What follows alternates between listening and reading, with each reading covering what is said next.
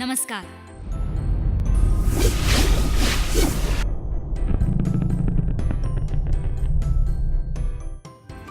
સ્વાગત છે તમારું ગુજ્જુ જ્ઞાનીના ફાસ્ટ આયુર્વેદ નુસ્ખામાં.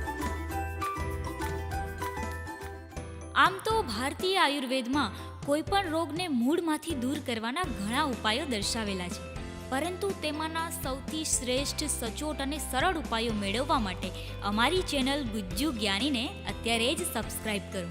આજકાલ માર્કેટમાં ઘણી બધી નવી બીમારીઓ જોવા મળે છે, પરંતુ સૌથી જૂની, વારંવાર થતી અને નાની હોવા છતાં વધારે પરેશાન કરતી બીમારી છે શરદી, ઉધરસ અને કફ. આ બીમારીના કારણે આપણે કોઈ પણ કામ એકાગ્રતાથી નથી કરી શકતા અને ઘણા લોકોમાં તેની આડઅસર તરીકે માથાનો દુખાવો પણ થાય છે.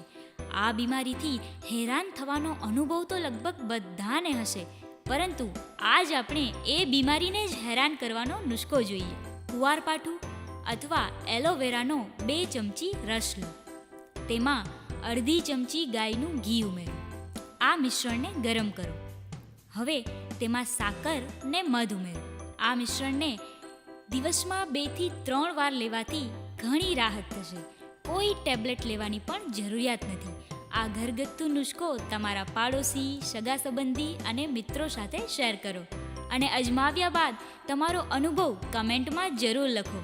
સાથે સાથે અમારા વિડીયોને લાઈક કરવાનું અને ગુજ્જુ જ્ઞાનીને સબસ્ક્રાઇબ કરવાનું ભૂલતા નહીં. તો ફરી મળીશું એક નવા ફાસ્ટ નુસ્ખા સાથે. આવજો.